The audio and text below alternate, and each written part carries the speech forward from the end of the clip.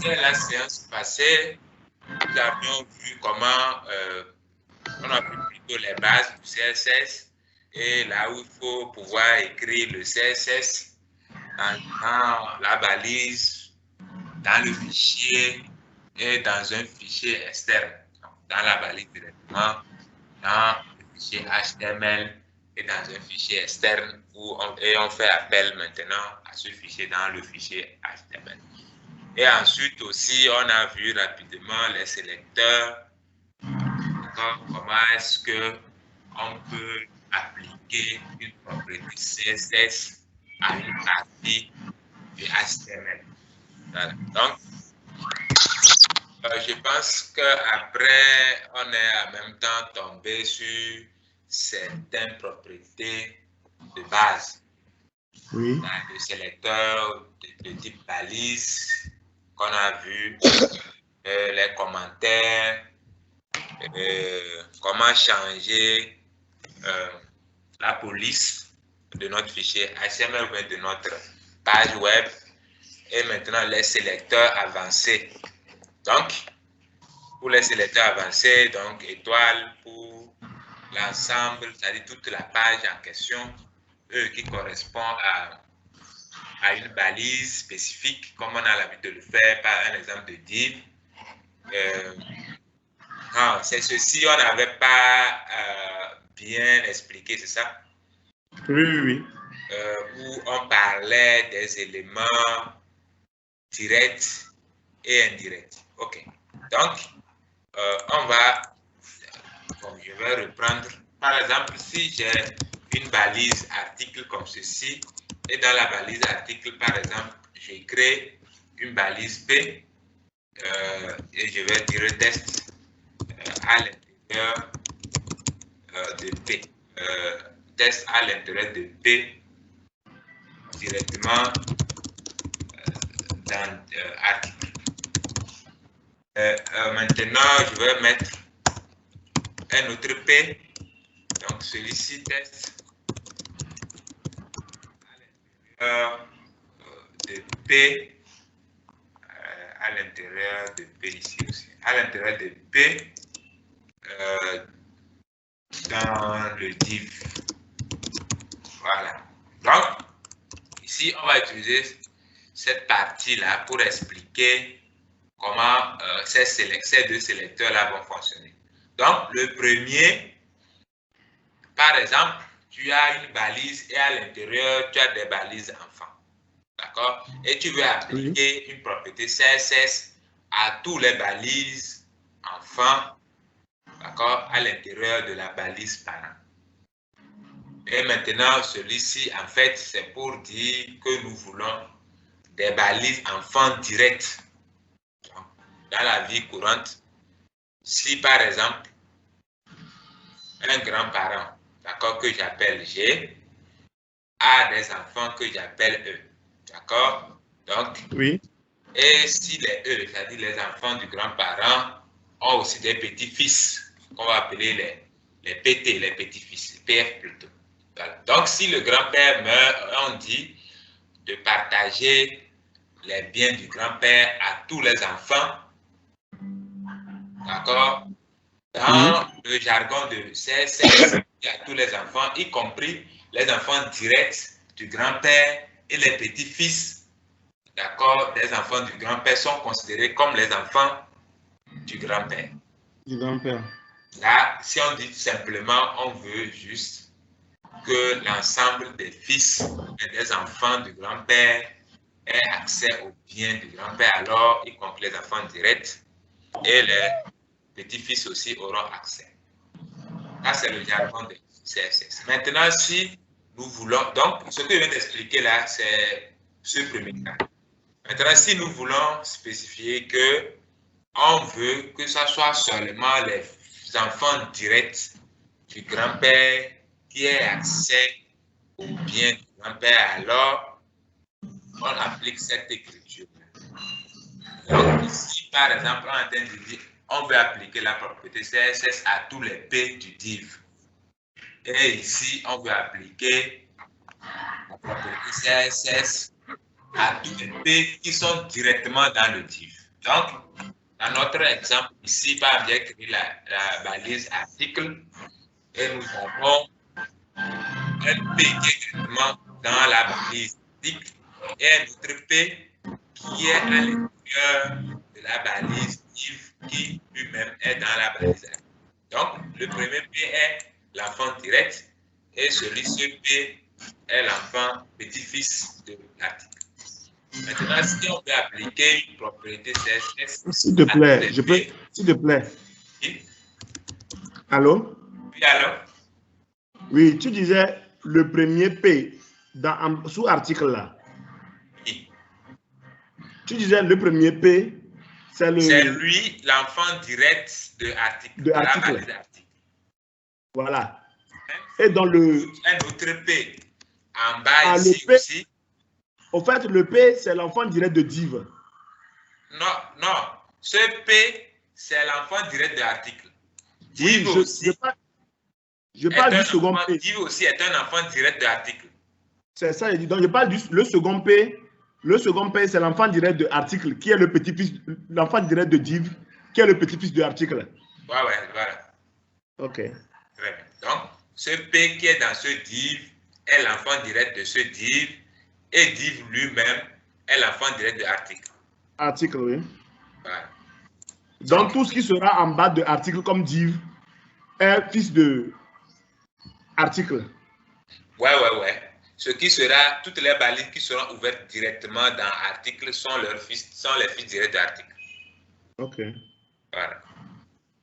Donc, par rapport à l'explication, si on veut appliquer une propriété CSS à tous les P qui sont dans article, alors j'écris la balise article, espace P pour maintenant quoi? Les accolades. Donc, si on veut par exemple changer la couleur des P, d'accord, qui sont les deux d'articles, alors on va mettre par exemple color et on va mettre blue.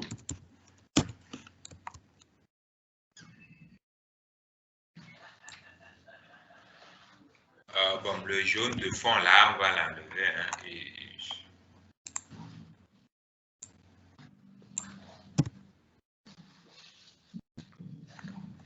bon, tout ceci, je pense que c'était pour expliquer les choses. Donc, on va essayer de les enlever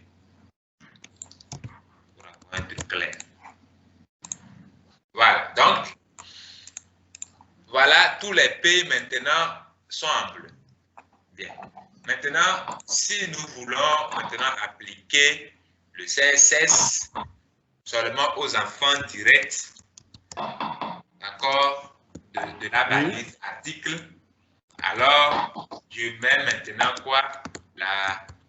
Le chevron fermant, c'est-à-dire le signe supérieur. Là, ça fait dire qu'on veut appliquer la propriété aux P qui sont les enfants directs de l'article. Donc, si on actualise en temps normal, voilà, vous allez constater que le P qui est dans le div et div lui-même, qui est l'enfant direct, d'accord, il n'y a pas eu de modification sur le test, d'accord, qui est à l'intérieur de ce div. Vous comprenez, non? Oui. Donc, ce test-là, comme lui, c'est le petit-fils, alors il n'y a pas eu de modification. Donc, c'est ça l'explication ici. Voilà. Maintenant, le reste, je pense qu'on avait eu à parler de ça. Donc, ça, c'est les identifiants. Si j'utilise un identifiant et je veux appliquer une propriété CSS liée à cet identifiant, donc là, il n'y a pas grand-chose à faire. Comme ici, si je mets, bon, je vais mettre ça plutôt dans l'article.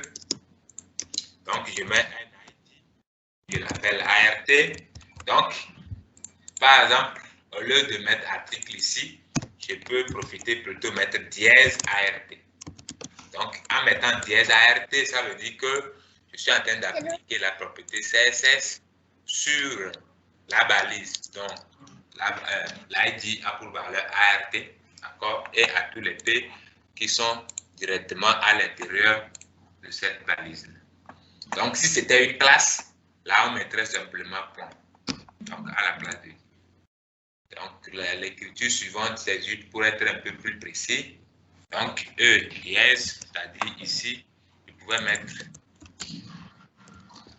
article dièse ART, juste pour être un peu plus précis, pour dire que c'est l'ID là à l'intérieur de l'article. Donc, même si on modifie, on actualise, il n'y a pas de changement. Donc, ça là aussi, donc, je pense qu'on a déjà expliqué ça. Et on avait utilisé l'exemple de UTB et autres. Donc, je vais appliquer une propriété CSS sur une balise qui a un attribut. Donc, pour sélectionner la valeur de l'attribut précisément, alors j'écris par exemple A entre accolade, href égale, parce que href c'est un attribut de la balise A, et donc j'indique la valeur en question et puis bon, ça passe. Donc les classes aussi c'est la même chose comme les identifiants. Est-ce que vous pouvez me dire la différence entre une classe et un identifiant?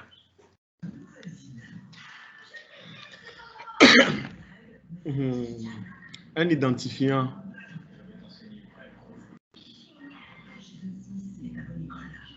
Pardon, au niveau de classe là, j'aime pas bien saisir classe là. La façon dont tu l'as expliqué. S'il te plaît, est-ce que tu m'entends? Oui, oui. Parce que je pense que le volume est un peu. Il soit un peu bas là. Comment? Le son est un peu bas. Ah bon? Oui. Vous m'entendez? Hein? C'est bon, vous m'entendez? Le son est un peu bas de mon côté? Oui, oui, je ne t'entends pas bien. Ah bon? C'est pas de votre côté par hasard? Parce que je viens de finir un cours tout à l'heure. Ah, ok. Le volume est maxi chez moi quand même. C'est bon maintenant? Ouais, c'est bon, c'est bon. Je vous entends très bien maintenant. Ok. Au fait, quand on parle d'identifiant, c'est lors de la commande. Au fait, c'est pour envoyer, c'est pour, genre, au fur et à mesure que le truc sera répété, pour que la commande puisse aller chercher directement ça. Bon, ça c'est un cas spécial des identifiants que vous êtes en train de donner.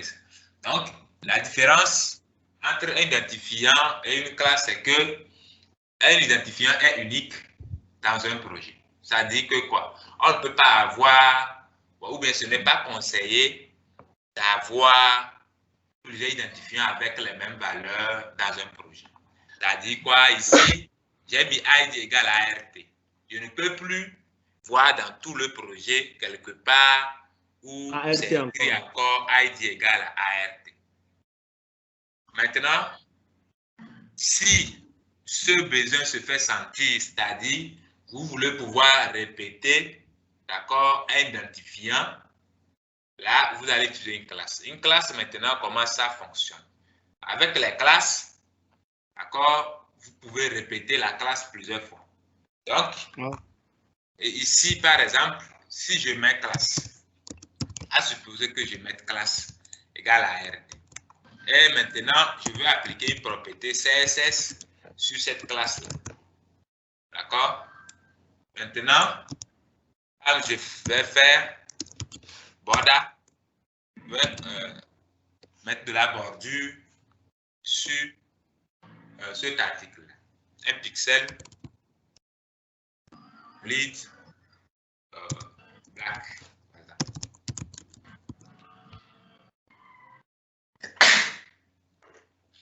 Bon, donc on va aller voir le résultat. Donc, j'ai encadré cette partie du projet, de la page. Maintenant, si prochainement, j'ai aussi une partie de ma page que je veux encadrer.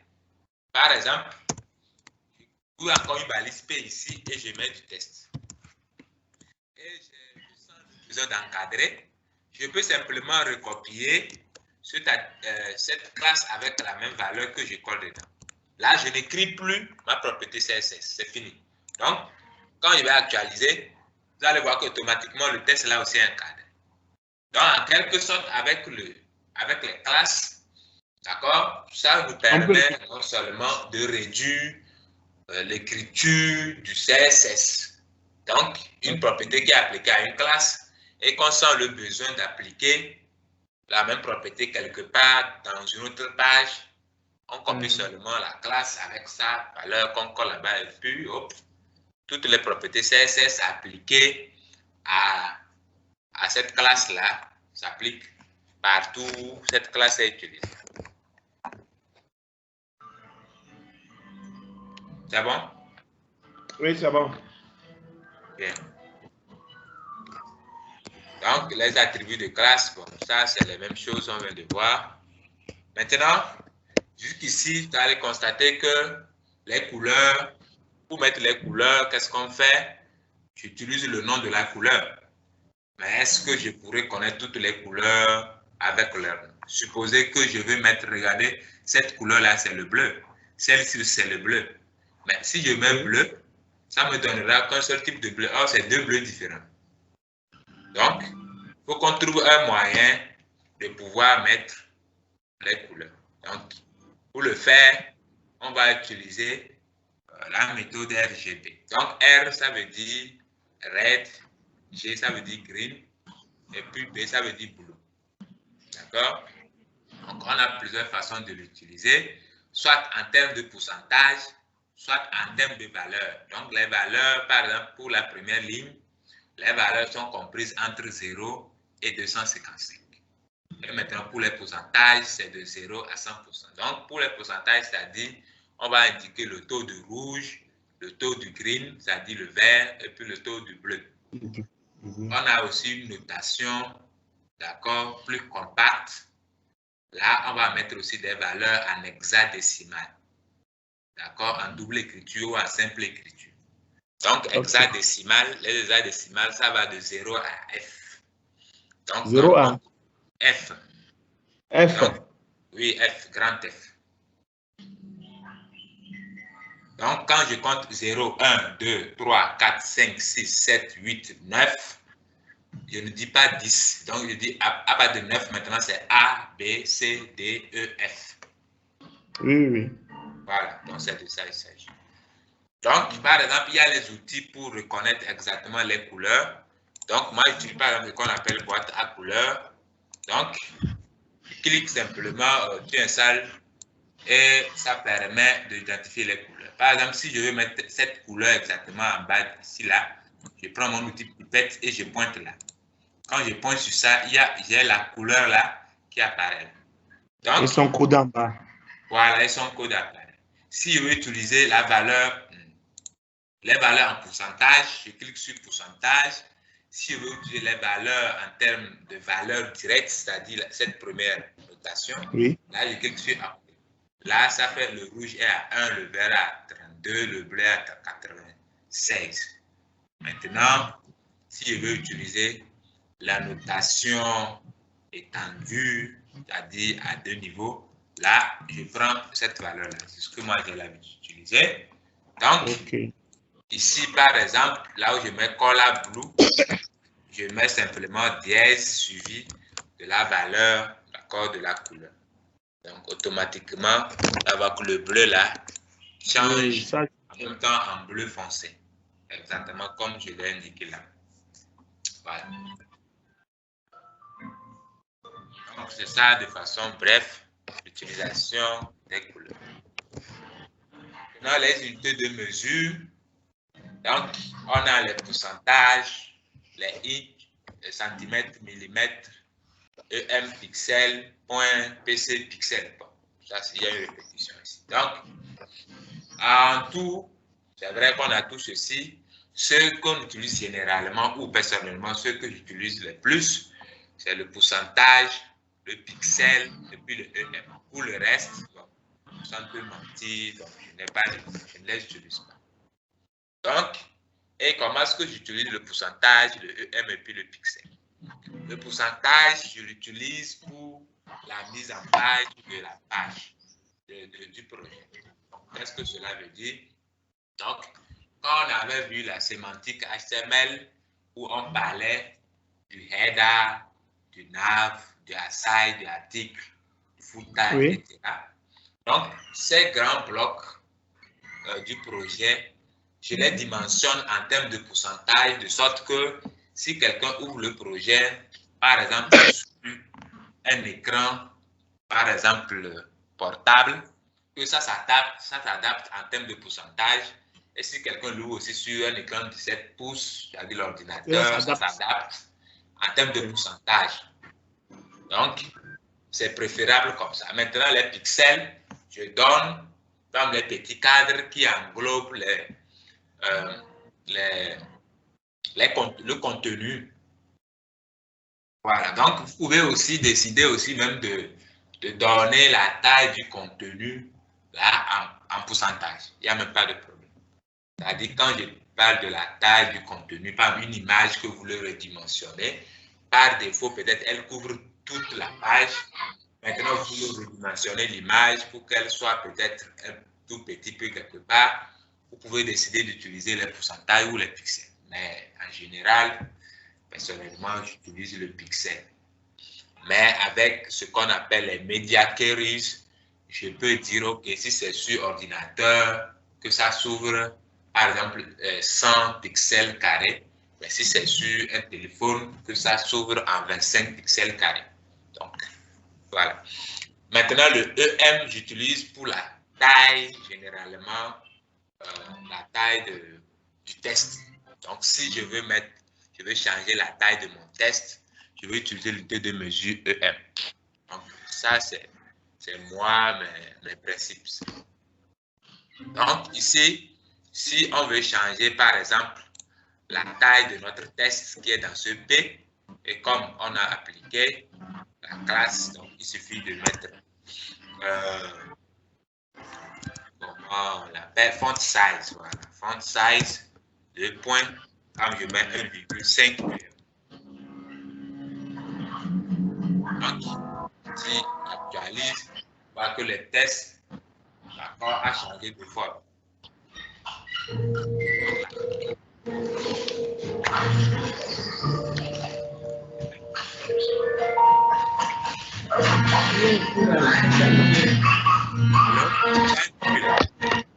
Hein? Il y a un bruit là-bas. Non, non, non. Hey, diminue le son de la télé là. Diminue encore. C'est bon. Ah, merci beaucoup.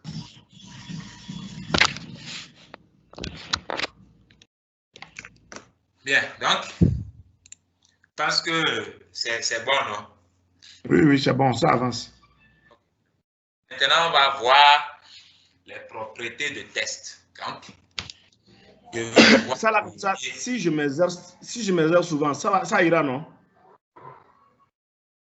Ce qui est sûr, à la fin d'aujourd'hui, il y a un TP qui va faire le récapitulatif de tout ça. Ok, d'accord, là, merci beaucoup. Il y a un TP. Ok, là, c'est bon. Donc, le test align, test decoration, test indent, test transform, color, qu'on a déjà utilisé, line, height, l'état space.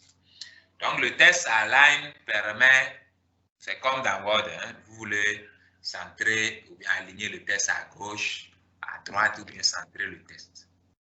Donc, test align left, ça veut dire que je vais aligner le test à gauche. Donc, avec par exemple, ce test-là, si je veux changer l'alignement, je mets test align. Je mets right. On va voir ce qui va se passer. Donc, vous voyez que le test est aligné à droite. À droite, oui, oui. Voilà. Donc, si on met test align center, voilà, ça se justifie au milieu. Et si on met test align left, donc ce qui se fait par défaut, donc ça s'aligne à gauche. Voilà. Test decoration, c'est quand on veut souligner un test. Donc, par exemple, si je mets un H2, et je mets par exemple On va mettre par une liste. Et je veux par exemple souligner ce H, le contenu de ce H2. Donc, qu'est-ce que je vais mettre? Je vais mettre test decoration. Underline. Voilà, donc, test decoration, underline. Donc, ce test, c'est où il est même ce test. Voilà, c'est ici. Donc, je l'ai souligné automatiquement. Voilà. Donc, on va ramener ça là à left. Parce que right là, ça ne me paraît pas bien.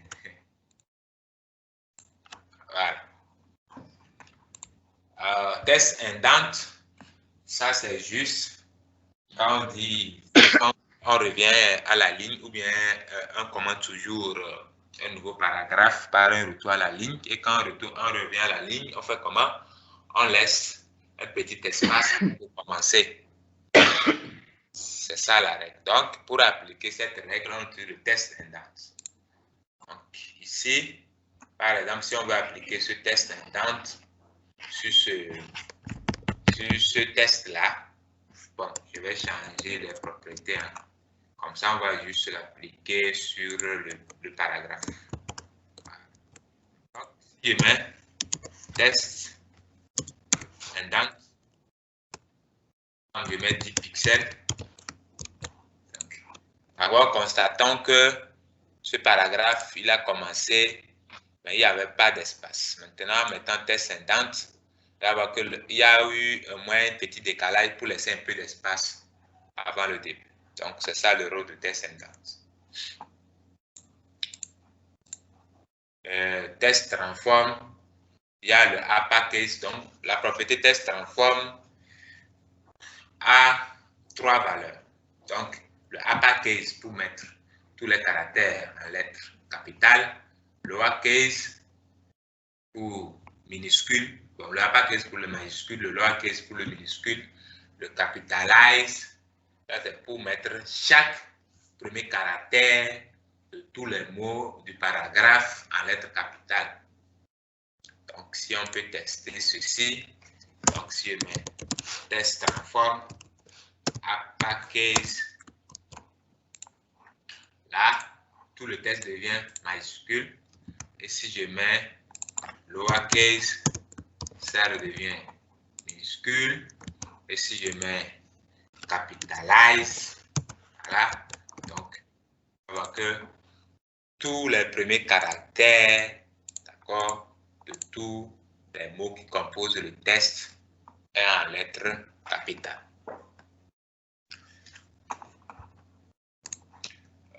Color, bon, ça c'est pour changer la couleur, on connaît ça déjà. Line height, ça c'est l'espace entre les lignes. Donc, si ça là c'est trop petit, on peut augmenter. On revient dans ceci et puis on met line height. Si on met par exemple 10 pixels, on va changer voilà, la taille entre les lignes. Donc, si on voit que c'est trop petit, par exemple, je mets 50 pixels. Voilà, on a augmenté la taille entre le texte. Donc, il faut ajuster jusqu'à trouver ce qui va le mieux pour votre projet. Voilà, donc ainsi de suite. L'état spacing. Ça donne les espaces entre les interlignes. Oui, ça augmente l'espace qui est entre chaque ligne du paragraphe ou bien de la partie où vous voulez augmenter l'espace entre les lignes. Oui.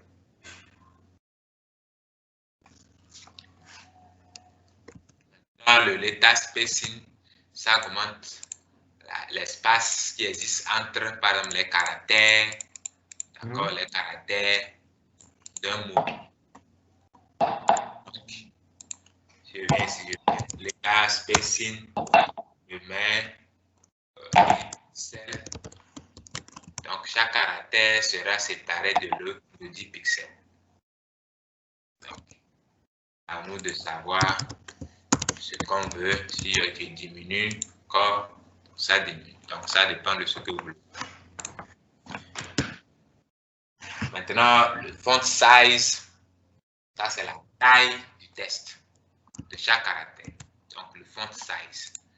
Donc, si on fait, c'est ce que j'ai déjà appliqué ici. Voilà, font size. Vous faites ce que vous voulez.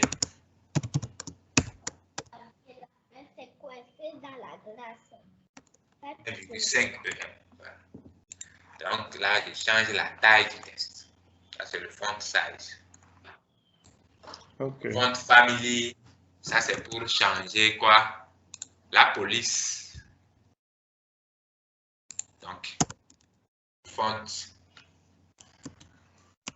family,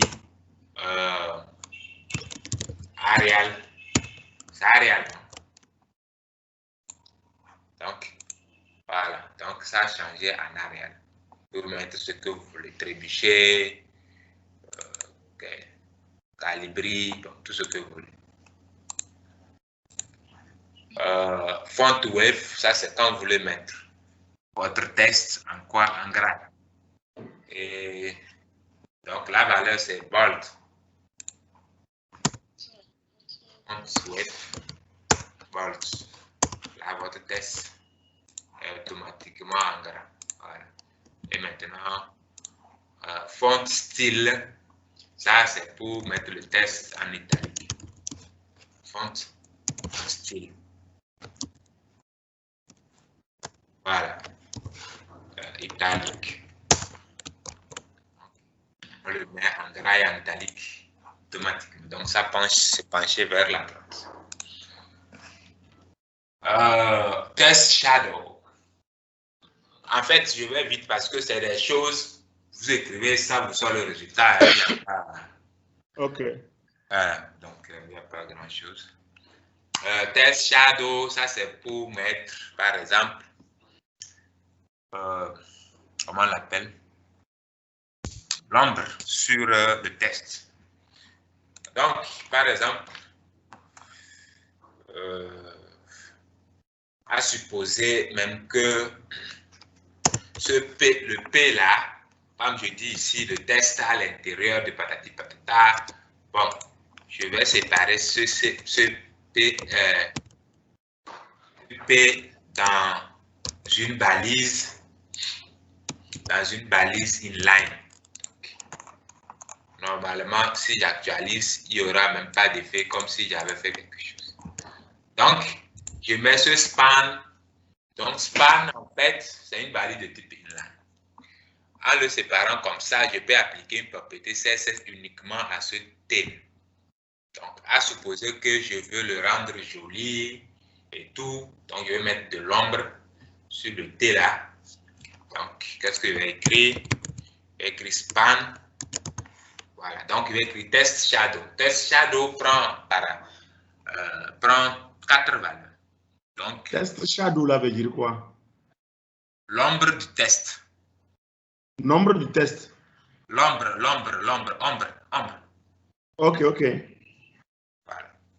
Donc, normalement, si vous regardez bien, vous voyez la façon dont on a écrit ce test, create some shadows on test. Là, oui, on a créé un peu d'ombre sur les caractères. Ouais. Ah, au fait, c'est l'ombre, on veut dire ou bien? Oui, l'ombre, shadow, oui. Ombre, ok, j'attendais ongle. Ok, c'est bon. Ah, d'accord, ok. Donc, ça, test shadow prend en général 4 paramètres. Le décalage horizontal, décalage vertical, l'adoucissement et puis la couleur de l'ombre. Donc, si je mets pas un test shadow, je mets un décalage horizontal de 2 pixels, vertical, aussi je mets 2 pixels. Je peux même directement mettre la couleur. On va, un instant, on va mettre, c'est où il y avait 1000, voilà. Et on va voir le résultat sur, voilà. Vous voyez le T là, comment il s'est dupliqué? Oui. Donc, j'ai mis l'ombre, c'était la même couleur, donc je vais plutôt mettre red pour faire la différence. Voilà, donc j'ai créé l'ombre sur ce test. c'est trop, le 1 pixel, 2 pixels, là, c'est trop. Quand je mets 1 pixel, voilà. Donc, c'est juste une façon de rendre la chose un peu jolie, mettre comme les gens dessinent souvent avec les ombres et autres. Comme ça. Maintenant, la quatrième variable dont je parlais, c'est l'adoucissement. En fait, par exemple, vous voyez que quand j'ai mis encore 2 pixels, c'est devenu un peu flou derrière. Oui, oui. Voilà. Au fur et à mesure qu'on va augmenter l'adoucissement, vous voyez que ça disparaît. Oui, oui. Et on sent qu'il y a l'ombre derrière. Mais si je ne mets pas un peu 3, ça revient un peu. Donc, la visibilité de l'ombre. Voilà. Donc, le premier paramètre, ça, c'est le décalage horizontal. C'est-à-dire que le décalage par rapport à la position initiale vers la droite. Maintenant, le troisième paramètre, c'est le décalage vertical. Donc, comment est-ce que ça va descendre? Vous allez voir qu'il y a un décalage vers le bas un peu. Vers le bas, oui. Voilà. Et le troisième paramètre, c'est l'adoucissement. Le quatrième, c'est la couleur de l'ombre. Donc, si je ne change pas, je ne mets pas yellow, c'est-à-dire le jaune, voilà que ça change. Oui, ça change. Voilà que ça devient encore joli. Là. Voilà. Donc, c'est ça. Ici, c'est pour donner un récapitulatif de l'ensemble de tout ce qu'on a vu.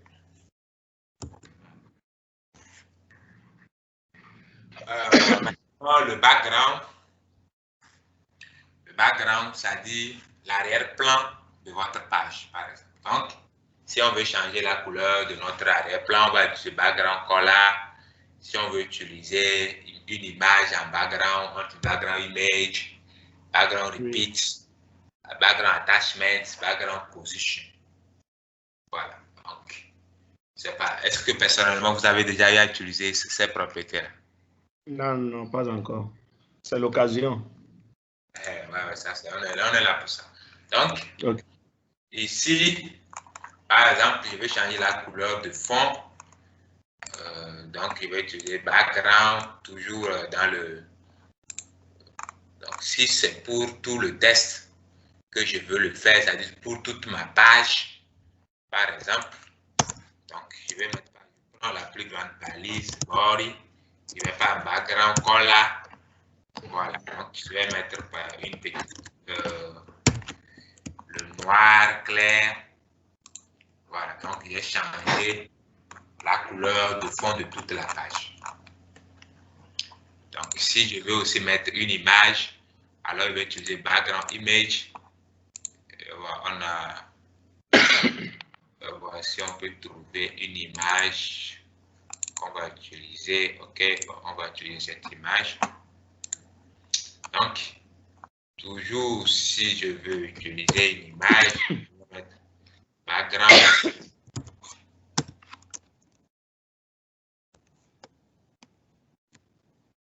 Image. Donc là, quand on veut utiliser background image, on met URL. Et dans l'URL, maintenant, on met le chemin qui mène vers l'image. Donc, chez nous, ici, notre image est dans le dossier image. Donc,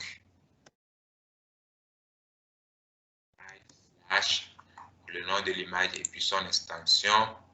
Donc, si je mets par exemple des points JPG.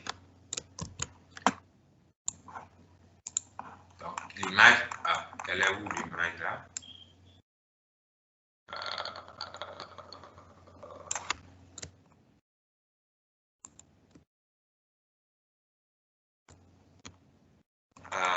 L'image ne vient pas. Pourquoi? J'ai écrit ici, il y a une image. Il y a une erreur là. Voilà. Donc, voilà que l'image est venue maintenant en fond.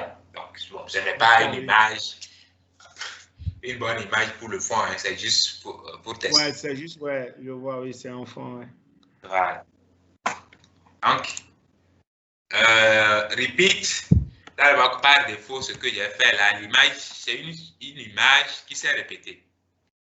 Donc, j'ai décidé de lui dire comment est-ce que l'image doit se répéter.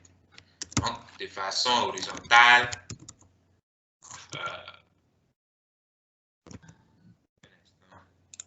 Donc, c'est quoi? Qu'est-ce que je suis en train de dire? Ok, background repeat stock. Voilà. Background repeat. Donc, je vais mettre repeat X. En mettant repeat X, là, l'image va se répéter seulement sur l'axe horizontal. Voilà, l'axe des abscisses. Si je mets repeat Y, là, ça va se passer de façon verticale. D'accord? Je mets simplement repeat. Moi, c'est ce qui se fait par défaut. Donc, repeat, ça se répète dans tous les sens. Oui, oui.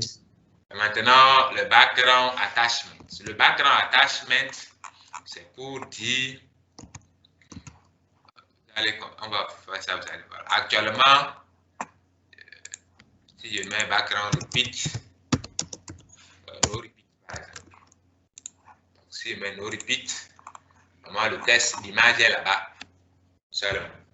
Maintenant, quand je défile comme ça, l'image aussi monte. Je peux vouloir dire que bon, quand quelqu'un défile comme ça, que l'image reste figée et puis le test seulement passe sur l'image. Là, en ce moment, va intervenir background attachment. Oui.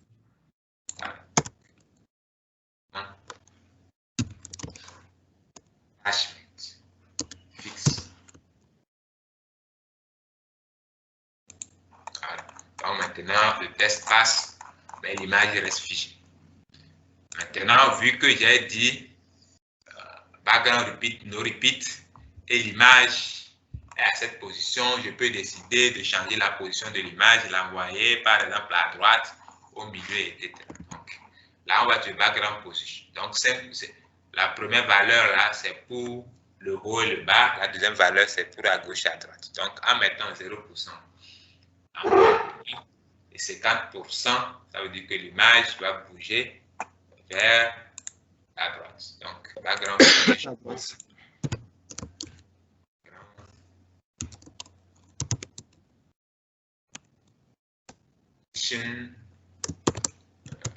0% et puis 50%. En faisant ça, voilà. Oh, qu'est-ce que voilà. Un instant, je vais voir ce que j'ai écrit. Ah, ok. Donc, cette première valeur, c'est la valeur plutôt, voilà, de gauche, d'accord, et de droite. Et 50%, d'accord, c'est en haut et en bas. Donc, si on constate bien, si je mets par exemple ici 50% et 0%, là, qu'est-ce qui va se passer? Voilà, ça bouge plutôt dans le sens de l'axe des abscisses. Donc, le 0, c'est pour dire que en haut et en bas, il n'y a pas de décalage. Donc, ça reste collé à la page d'en haut. Donc, 50%, c'est que ça doit être, d'accord, à 50% au milieu de la gauche vers la droite. Donc, ça dépend du conteneur dans lequel vous êtes en train d'agir. Ici, je suis en train d'agir sur le bord et donc ça veut dire que c'est toute la page en fait. Donc, si je place l'image dans une balise qui est plus restreinte, qui est plus petite à l'intérieur et j'applique ces propriétés, donc ces propriétés s'appliquent localement, d'accord, à la balise qui est à l'intérieur. C'est-à-dire, par exemple, si l'image, je l'avais insérée seulement dans article, c'est bon? Et j'applique toutes ces propriétés, 50%, 0%. Donc, 50%, 0% là, c'est par rapport à la taille que j'ai offert à article. Vous me comprenez? Oui, oui. Voilà, c'est comme une ville et un quartier. Donc, ici, le body, c'est toute la ville et article, c'est le quartier. Donc, quand on fait quelque chose à la dimension ville, là, ça veut dire que ça va s'appliquer à tous les éléments de la ville. Et par exemple, dans notre cas précis, si on veut positionner une image par rapport à la ville, donc l'image peut se placer partout dans la ville. Mais si c'est par rapport à un quartier, là, ça s'applique seulement. L'image peut se positionner partout dans le quartier, pas dans toute la ville. Donc, c'est exactement ce que je t'entends dire. Chez nous ici, le body couvre tout le projet, c'est-à-dire toute la page active. Donc, ce qui fait que notre image peut naviguer de gauche à droite sans même, ici, si je mets par exemple 100%, ça veut dire que l'image va descendre. Vous voyez? Voilà. Donc, c'est sur toute la page. Donc, c'est ça, les 5 propriétés liées au background. Est-ce qu'il y a une question? Non, pas pour l'instant. Ok, très bien. Maintenant, on va parler des marges. Donc, quand on prend un bloc, d'accord, il y a des blocs et il y a leur marge aussi qui existe. Donc, on peut créer des marges extérieures et des marges intérieures. Donc, la marge intérieure, c'est la distance qu'on veut créer entre un bloc et un autre. Donc, ici, par exemple, si on supprime ceci, on va supprimer. On a déjà écrit beaucoup. On laisse tomber ceci aussi. Donc, si je crée, par exemple, 2 blocs, 2 divs,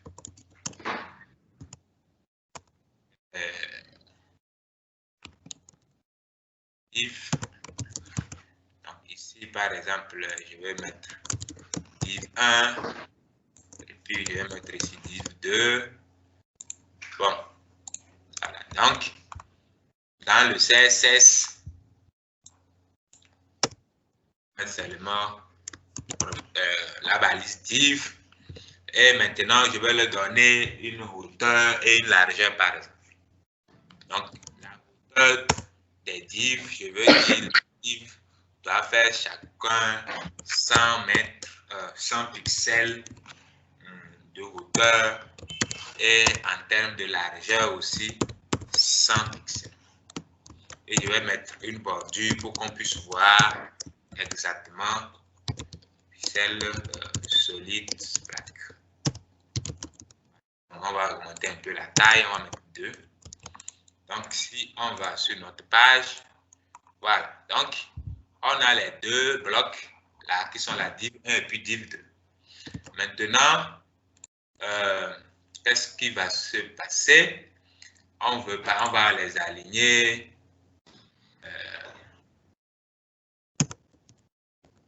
On va les aligner, par exemple. Display inline block. Donc, on va essayer de les mettre horizontalement. Voilà, nos 2 blocs sont là. Et on va essayer de voir quelque chose.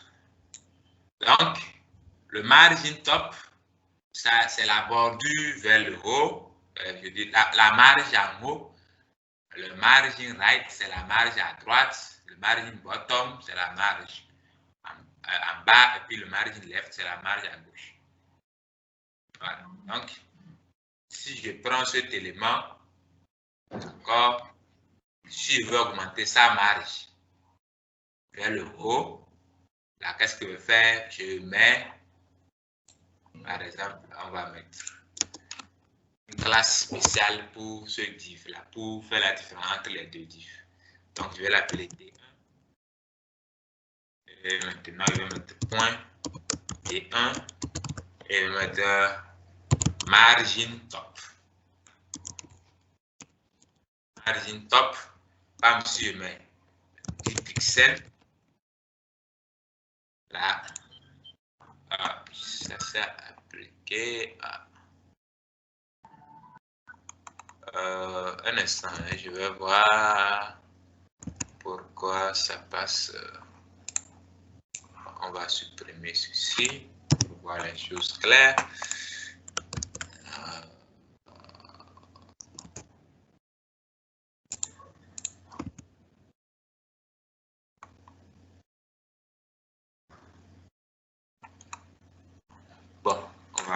laisser le display d'abord pour vraiment comprendre ce que je veux faire d'abord. Donc, on va mettre aussi ici D2. On va plutôt appliquer ça sur le D2 pour que les choses soient claires. Voilà. Donc, par défaut, vous allez constater que les deux blocs sont collés. Maintenant, je veux mettre de l'espace entre les deux blocs. Qu'est-ce que je vais faire? Je mets seulement, par exemple, un margin top sur le deuxième.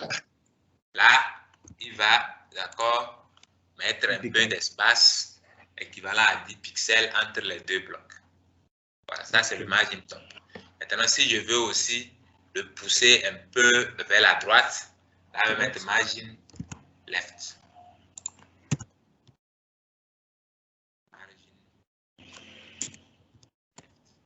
Je ne mets pas 20 pixels. Voilà, donc vous voyez que je l'ai poussé un peu vers la droite. Oui. C'est ça le rôle de ces marges. Donc ça dépend de ce que vous voulez faire, que ce soit en haut, en bas, à droite ou bien à gauche. Mais généralement, on peut utiliser une seule valeur margin. Donc avec tout ça, au lieu de mettre margin top, margin left, margin bottom, margin right, je mets simplement margin 2 points et je mets la première valeur, par exemple, je vais mettre 20 pixels, correspond au margin top. Maintenant, je mets le margin right. Je mets aussi 10 pixels. Je mets espace. Ça, c'est le right. Maintenant, je vais mettre le bottom. Le bottom, je vais mettre, par exemple, aussi 20 pixels. Et maintenant, le left. Une seule fois margin, et je mets toutes les valeurs. Et donc, ça va positionner mon élément en fonction de toutes les valeurs que je viens de préciser. C'est bon? Oui, c'est bon. Donc, on va maintenant parler des marges intérieures. Donc, les marges internes. Donc, ici, en écrivant margin et autres, je suis en fait en train de créer, d'ajouter des espaces, d'accord, entre la bordure et mon bloc. Maintenant, voilà. Maintenant, avec les marges intérieures, je veux le grossir en fait. C'est-à-dire que je vais mettre plutôt une marge qui va séparer un peu plus le contenu du bloc lui-même et les bordures du bloc. Donc ici, si je change le margin par le padding, c'est la même syntaxe en fait. Je mets le padding. Là, on voit que ça, il prend de la forme et il met plutôt les marges autour du contenu qui est à l'intérieur. Vous avez compris la différence, non? Oui. Voilà, donc c'est la même chose aussi pour mettre le padding top, padding right, etc. Ou vous mettez, vous faites le all-in-one comme je viens de le faire, dans le même sens. Dans le même sens. Le premier, c'est le top, le deuxième, c'est le right, le troisième, c'est le bottom, et le quatrième, c'est le left. Voilà, ça sont des exemples. Maintenant aussi, on peut avoir le border wipe, le border style, border collar, border collapse, border position. Donc, tout ça. Le border wipe, en fait, c'est ce que nous, on applique automatiquement. En faisant un border à 2 pixels solide black, en fait, on applique 3 propriétés automatiquement. La première propriété, le 2 pixels, c'est le border wipe. La deuxième, c'est le border style. Et la troisième, c'est border collar. Comprenez donc le border wipe, comme si je mets ici, je dis 5 pixels, que ça va comme ça, ça devient plus. La taille des bordures, ça devient. Voilà. Donc, c'est des choses comme ça. Donc, il n'y a pas de quoi traîner là-dessus. Donc, tout ça, là, sont les applications. Voilà. Maintenant, on est sur les listes, les éléments de type liste. Donc, ce qu'on avait vu, entre-temps, si je crée une liste, Quand je mets UL et je fais le LI, je vais mettre L1, je vais mettre HTML, CSS, va.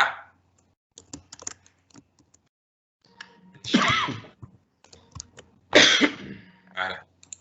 Donc, j'ai une liste comme ça. Maintenant, je peux changer la façon d'afficher ou bien le type de liste.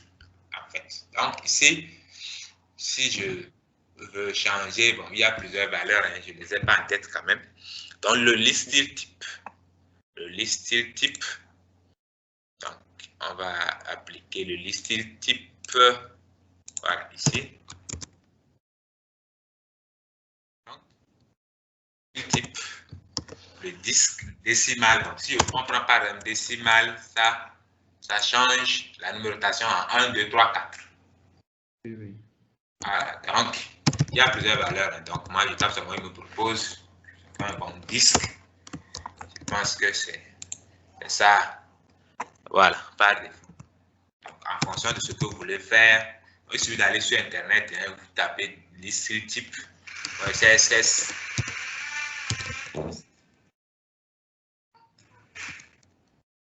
Type.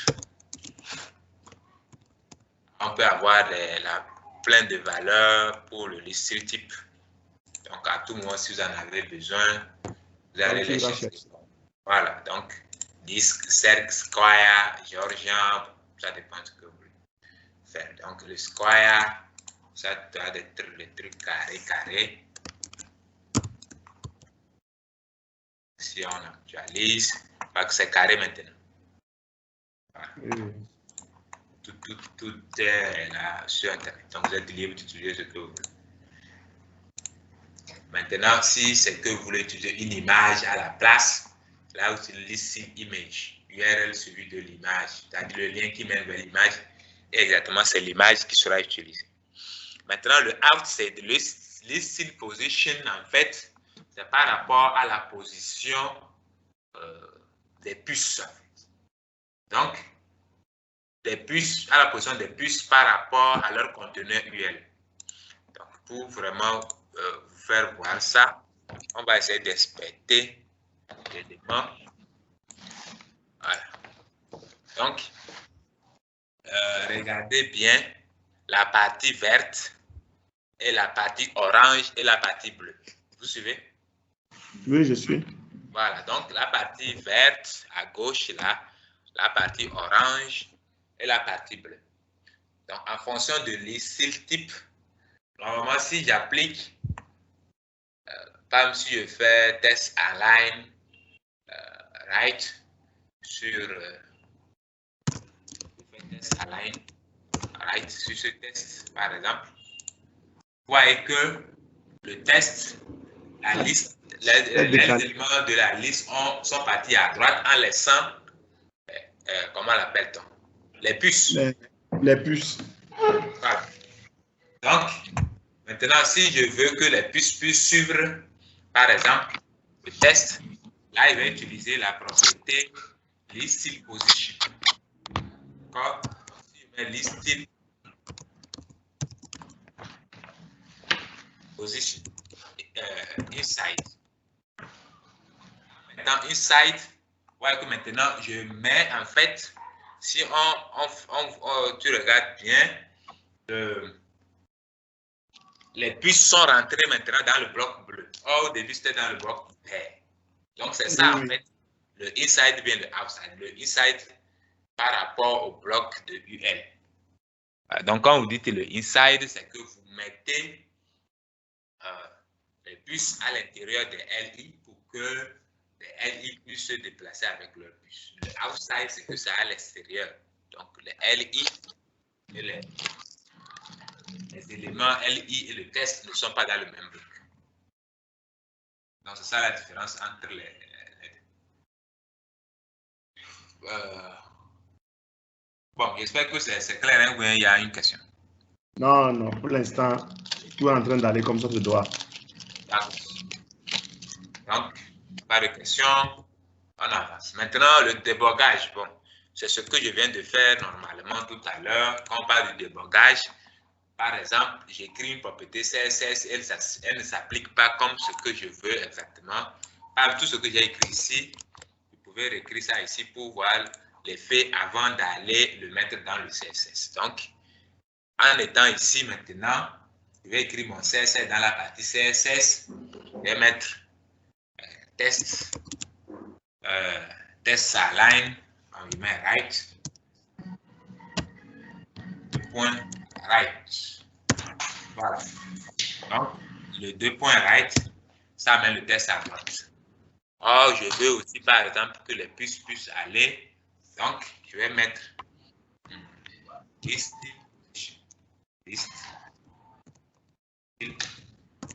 position.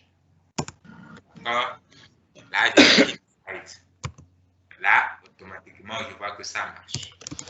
Voilà, donc, ça marche maintenant. Ok, oui. Je copie mon test. Je copie et puis je vais coller dedans. Donc, je vois que j'ai trouvé ce que je voulais. Donc, l'autre chose aussi serait aussi, peut-être qu'on a écrit une propriété, mais la propriété ne s'applique pas. Donc, on vient ici pour regarder exactement pourquoi ça ne marche pas. Donc, c'est ça le débogage en fait. Oui. Voilà. Donc, faites un clic droit. Bon, ce que je fais, c'est ce que j'ai écrit ici. On peut aussi écrire du HTML. Ce n'est pas quelque chose que je fais trop. J'ai l'habitude de faire. Le CSS, oui, mais le CSS, le HTML, je n'ai pas l'habitude de l'écrire en tout cas. Mais on peut le faire. Ouais, on peut le faire. On peut écrire le HTML si on en a besoin.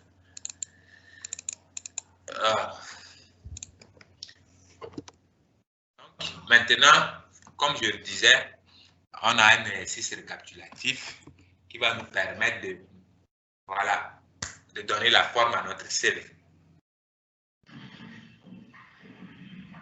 Voilà, donc voilà ce à quoi va ressembler prochainement notre CV. C'est bon? Donc, vous avez le nom, la photo, la liste, d'accord, de vos compétences. Mais à gauche, là, remarquez que ce n'est pas les puces simplement, ce sont des images. Des images. Voilà, donc ce qu'on vient de voir tout à l'heure, vous allez l'appliquer là-bas. Donc, avec le CSS, est-ce que ça doit devenir ça? Ouais. C'est ce qu'on veut avoir maintenant. OK. Donc, vous prenez ça, vous modifiez ça exactement comme ça.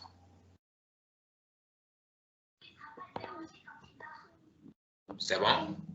Oui, c'est bon. Ok, très bien. Maintenant, bon, les flottants. Donc, les flottants, en fait, ça permet de sortir les éléments de leur flux. Ça dit jusqu'ici, nous avons l'habitude d'afficher le test HTML comme on l'a écrit dans le fichier. Donc, si on écrit un test du haut vers le bas, il s'affiche exactement comme ça aussi du haut vers le bas. Maintenant, si on veut pouvoir changer ce comportement par défaut, qu'est-ce qu'il faut faire? Il faut utiliser ce qu'on appelle les flottants. Donc, on va voir les flottants et les positions. Donc, voilà. Donc,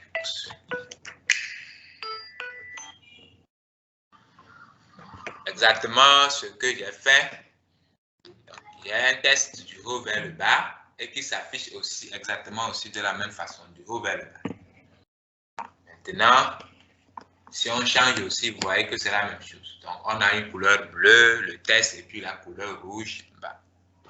Voilà. C'est exactement la même chose. Maintenant, on va apprendre à sortir les éléments de leur flux. Un élément dans un flux peut prendre 3 positions, normale, flottant et puis absolute. On va comprendre tout ça. Donc, ça c'est la position normale. Donc, avec le CSS qu'on a appliqué, la hauteur, background, color, border, tout. Maintenant, si on sort l'élément de son flux, vous voyez qu'on a placé l'élément à droite et automatiquement le test qui suivait en normal a remonté. Donc, qu'est-ce qu'on a dit? On a juste écrit follow. Genre comme la façon dont se font les presses, quoi. Voilà, c'est ça. Très bien. Donc, on a essayé de sortir le bloc de son flux, en fait.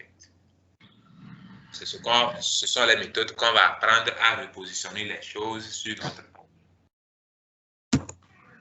Donc, ici, quand on dit position absolue, c'est des positions qui vont permettre aussi de déplacer un bloc partout sur la page.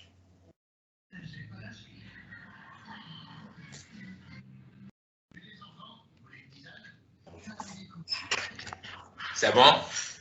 Oui, c'est bon. Donc, comme je l'ai dit, avec la position, on va revoir ça en détail vers le bas pour la position absolue. Donc, quand on prend une position ou bien on veut déplacer un élément, on a la possibilité de le déplacer à gauche ou vers la droite. On peut rien faire ou on peut le dire d'hériter par exemple de la position de son conteneur, l'élément dans lequel il est en fait.